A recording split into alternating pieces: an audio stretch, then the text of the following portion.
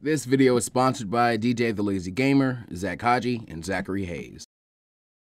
Now, before we get too far into the story, I'd like to clarify a few things about the scenario. Asuma, who in canon scales 2 or below Hidan, surpassing his old man, is a tall order after all. And while it could be argued Asuma has a lot of potential, the issue with that thinking is the assumption that the offspring always have greater potential than their parent in the same area. Who knows, maybe Asuma had more shogi playing potential, but simply by their rap sheets and their endings, these two were simply in two different dimensions as shinobi. Beyond that, when I say surpass Hiruzen Sarutobi, I would be speaking, of course, not of the version that we were treated to through the series, but instead, Prime Hiruzen. Prime just meaning the absolute strongest version of the character.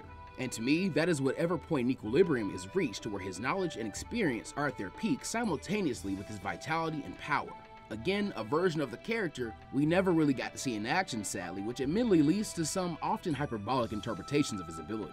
Nevertheless, the core of this alternative universe lies in this concept, so we must find the best way to carry it out.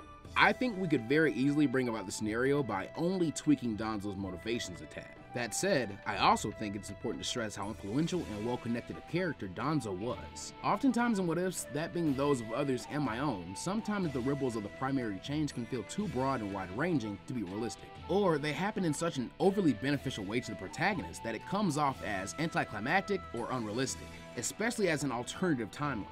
And I do recognize that Kishimoto later retconned all plans to have secretly been a part of the heart of Black Zetsu's plan, but the characters themselves have always had agency, and chance was and always is a factor which affects calculations. My point is, Danzo is still behind or heavily involved in a lot of the series' greatest conspiracies, so when he changes his actions, it's significant, meaning the changes he causes to reflect them. Here, he'll still maintain his twisted love and loyalty to the village and the ambition for the title of Hokage.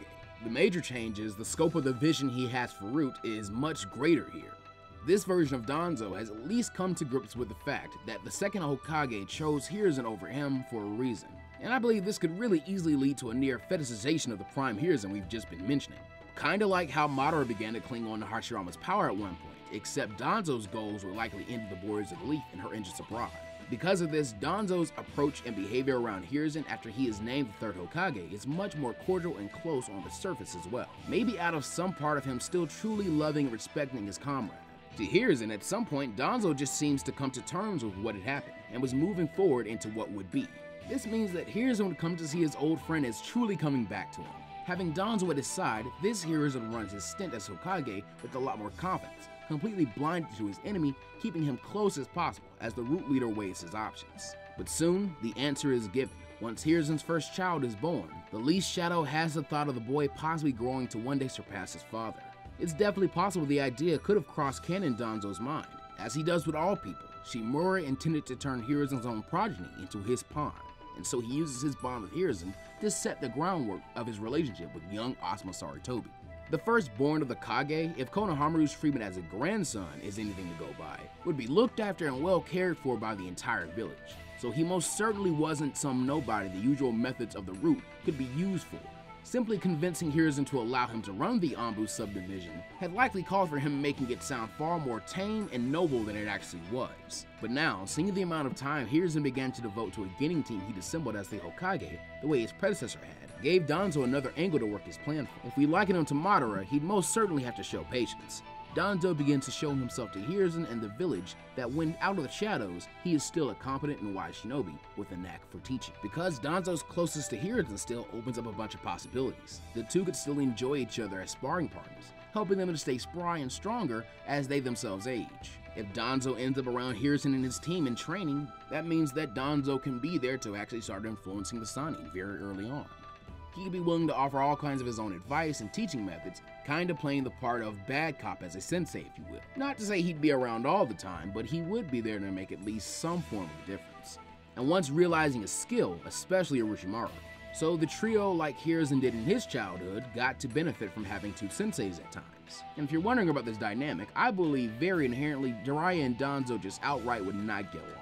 Tsunade would definitely see the benefit of having Danzo around, but much like Jiraiya, she's not gonna like him. Though Orochimaru would not only see the benefit of being under Danzo's tutelage, he would revel in it, and would very much try and absorb every piece of knowledge he could from the man, likely putting it in Danzo's head that this boy could be his secret to toppling Hiruzen. In fact, Hiruzen seeing this, and feeling his own teaching style had been a bit stifled by Danzo's, is finally able to convince Danzo to take on a Genin squad of his own, as he was sure the man was capable of running route and being the sensei as much as he was capable of running the village and being with his team at the same time. The third, though, is surprised when after only a year with him, all three of the civilian-born shinobi had achieved the rank of Chunin and began distinguishing themselves as future pillars of the village. Now I'm going to have to realize that children had been inducted into a root training program which didn't fully strip one's emotions from them, but certainly dulled them through conditioning.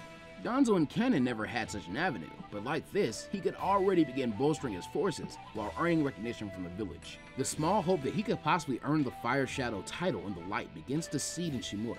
But once the Second Shinobi World War begins, and the efforts of Hiruzen leading the village, as well as his star pupils being dubbed Sannin, especially if they are by any amount stronger, or if the ninjutsu's greedy Orochimaru takes any greater amount of pleasure in having a wider and possibly Shimura clan-influenced jutsu library to play with, those dreams for Danzo feel dashed again.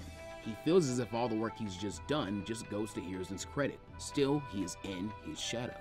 He is once again and painfully reminded of his apparent inadequacy. He is not a prodigy, and if he had to live in the shadows, then all he wanted had to be taken from the shadows. And yes, Jiraiya would still take his detour to train Nagato, Yahiko, and Konan. Nothing's really happened to change the motivations that led to that decision here, only Jiraiya being a bit stronger. Now once again in peacetime, and with the Uchiha more or less doing well still, and Hiruzen really just now starting to even consider his successor, first obviously looking to Orochimaru and Jiraiya, and soon to a young man Jiraiya taken under his wing. This also means that young Asuma along with the likes of Kakashi Hatake, Kurenai Yuhi, Obito Uchiha, and the others of their class are finally entering the academy. And here we would also likely see some major changes. One obviously taking place with the Sarutobi clan, and one taking place in the Hokage family. Remember, Sakamoto Hatake was rumored to be either comparable to or stronger than the Sannin themselves, depending on translations. So if this timeline's Sannin are stronger, that claim is harder to live up to, meaning Sakamoto is either to be stronger in this timeline as well, or the fact that he isn't up to that level is set to be more apparent. Either way, the mission which drove the man into suicide either goes off with his being able to complete it and do right by his comrades, or he is not the one put in charge of the mission in the first place. Maybe it's a student of Danzo's or a member of Root to reflect the greater reach throughout the village he has right now. But whoever it is, Sakamoto is not the one taking the blame for whatever actions that were taking place during the mission. So Kakashi's story gets to skip its primary tragedy. This also means while in the academy, Kakashi's mental state and training are going to benefit from him still having his dad around. As for the Sarutobi clan, Danzo's closest to Hiruzen sees him upgraded from a Hiruzen friend to a family friend, because now he's around and seemingly in good spirits when Hiruzen is married. He's around when Asuma is small, all the way to when Asuma's younger sibling is born. He's there to witness and be a part of the discussions and lectures from Hiruzen to Asuma and the groundwork of their tension between the father and son being laid. And the birth of the unnamed Konohamaru parent is where we see the greatest change. I think with the supposed tension there was between the family, this timeline would see this sibling who will be headcanoning as a younger brother who we'll call, well, Asuma usually means intelligent or wise, so we'll call him Akihito, usually meaning compassionate, so two of Hiruzen's most notable qualities.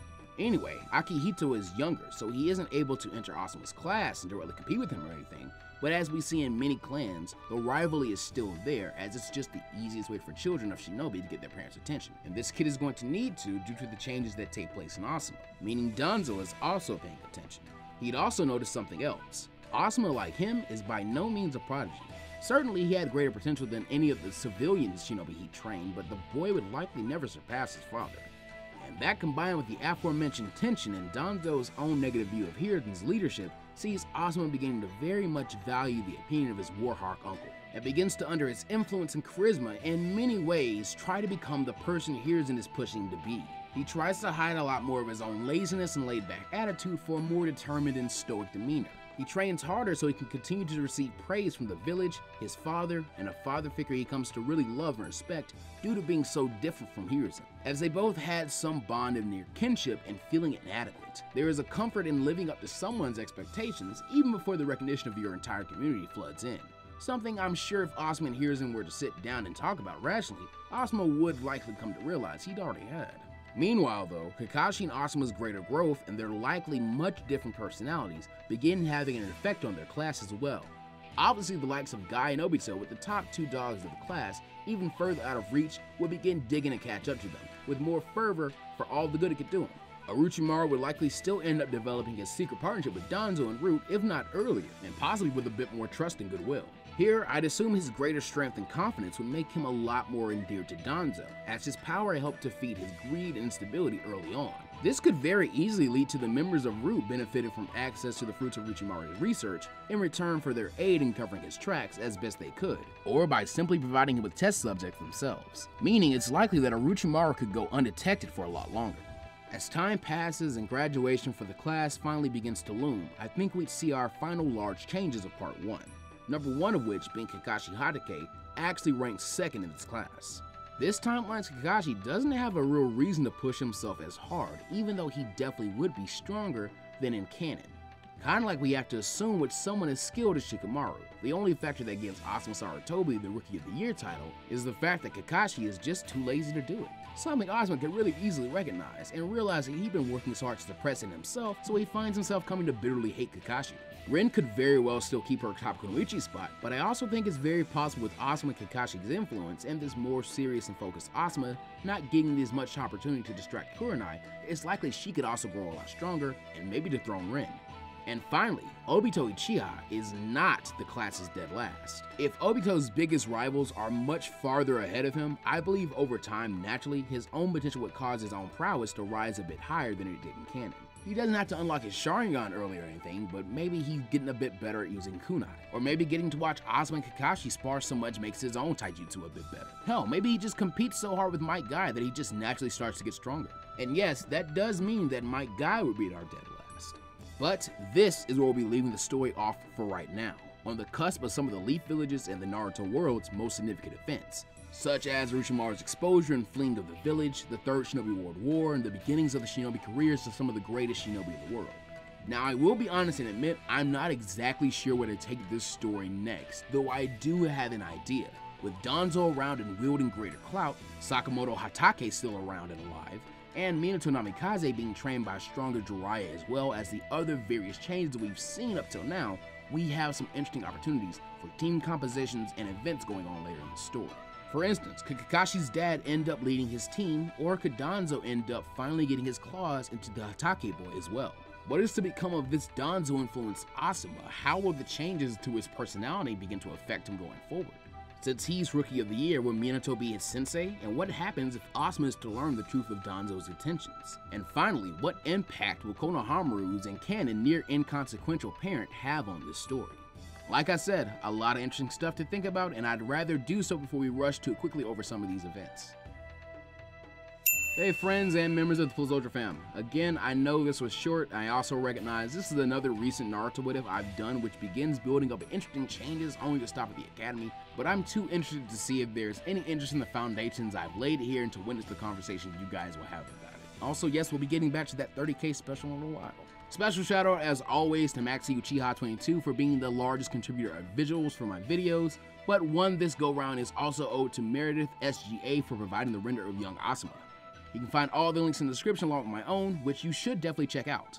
Also, please, please, please, please subscribe. Guys, we are so close to the 3rd year anniversary, and to be honest, I'm not really where I want to be for it, but I'm still very happy to get the growth we've been getting. And we've been doing a lot better as of lately, so please keep it up. And finally, time for our patron shout out. In Hero tier, Loma Paquade, Stefan Confront, Superior, and Samuel Viveros. In Shinobi tier, The True Black Star and Shannon Roberts. In Z-Warrior tier, Naruku and Normandy 1998. In Beyond tier, Crimson Manifesto, Don, Pizza 15X, and Knuckles OX.